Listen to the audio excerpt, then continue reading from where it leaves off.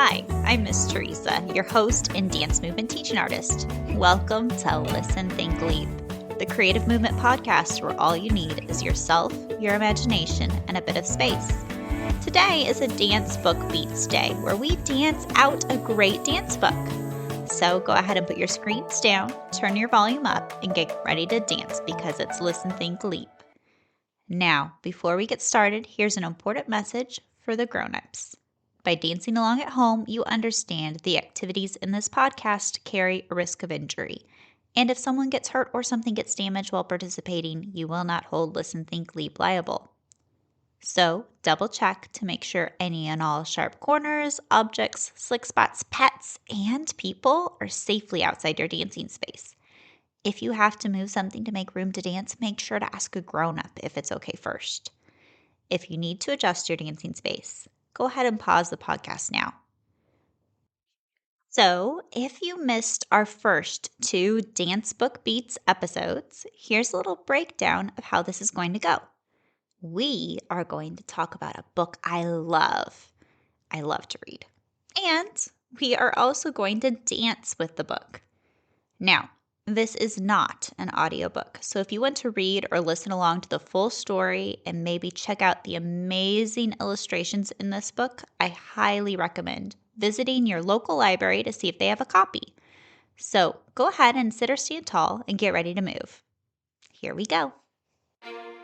Today's book. Can you make a big shape with your body like a square or rectangle, elbows nice and sharp and boxy? Nice. So today's book was written and illustrated by the one and only Mo Willems, who may just be one of the most amazing children's authors and illustrators ever. Can you stretch your arms and legs into a big star? Because Mo Willems is a star? Nice. Now this book is called Elephants Cannot Dance. It's an elephant and piggy book. And the book starts off with Piggy leaping into the story. Can you give me a nice big jump? Or lift your torso up high? Good. Now, Piggy has a pink tutu on and asks her friend Gerald, he's an elephant, can you move like an elephant? Maybe your ears are big and flapping, or your arm is a big trunk and you stomp around. Well, she asks him if he'll dance. The only problem is elephants can't dance. So Piggy, being the kind friend she is, tells Gerald she'll teach him to dance. She tries to teach him how to jump. Can you jump? Let me see all those jumps. Beautiful. But Gerald jumps far too late. Piggy tries to show him to move his arms to the side. Can you reach your arms to one side? Good. But Gerald moves his arms above his head. Can you reach your arms way up high? Good. Piggy lifts her leg to the front. Can you stand with one leg straight out in front of you? Good. But guess what? Gerald lifts his leg behind himself. Can you put one leg behind? Piggy tells Gerald to go up and stands on her toes. Can you stand on your toes? Good. But Gerald does the opposite and bends down. Can you bend down low?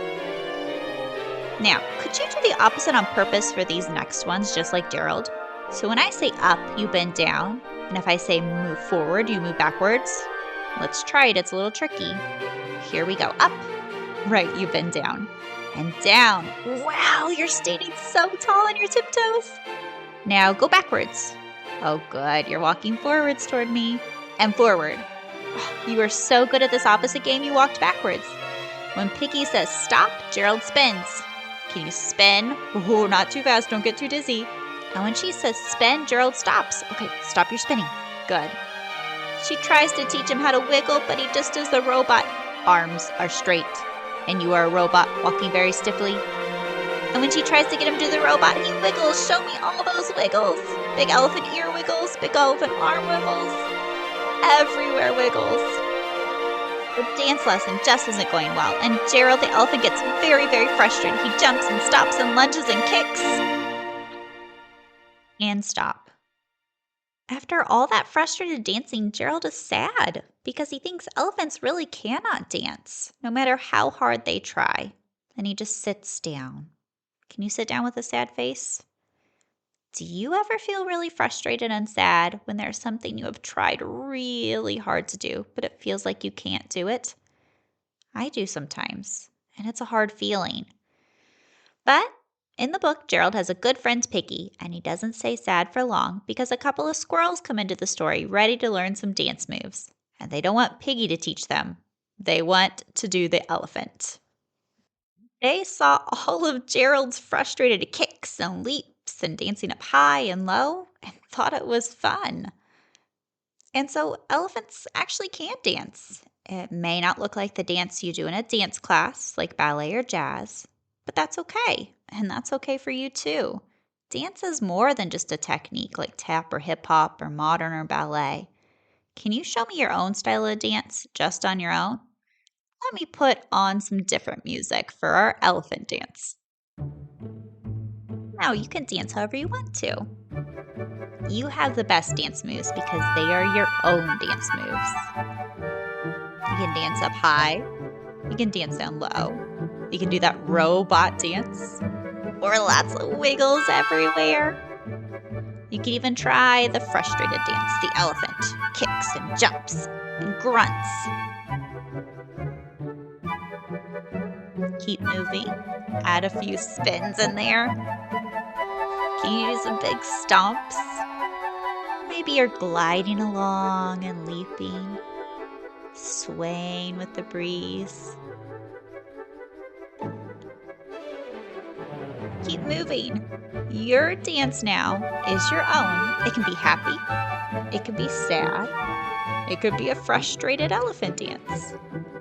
However you're feeling, that could be your dance right now. And that dance is just right.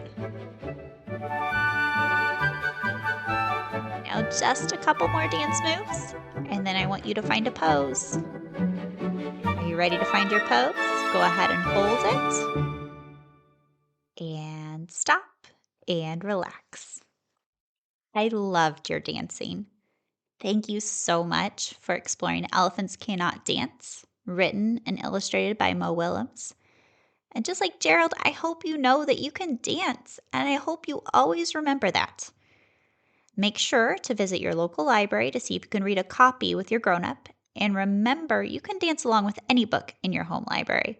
Have a grown-up help you look for some of those great vibrant verbs to help you get dancing.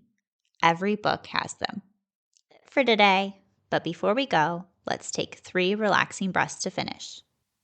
Go ahead and inhale and breathe out. And breathe in and breathe out. And last time, breathe in and breathe out. Today's episode was produced and edited by Teresa Simpson. This episode featured music by Sandra Kalmagier. For the latest Listen.Think.Leap news, check us out on Facebook and Instagram. And if you enjoyed today's podcast, consider sharing it with a friend or become a supporter at Listen.Think.Leap.com. As always, thanks for moving with me. Till next time, remember to put down your screens, get on your feet, and keep dancing, kids.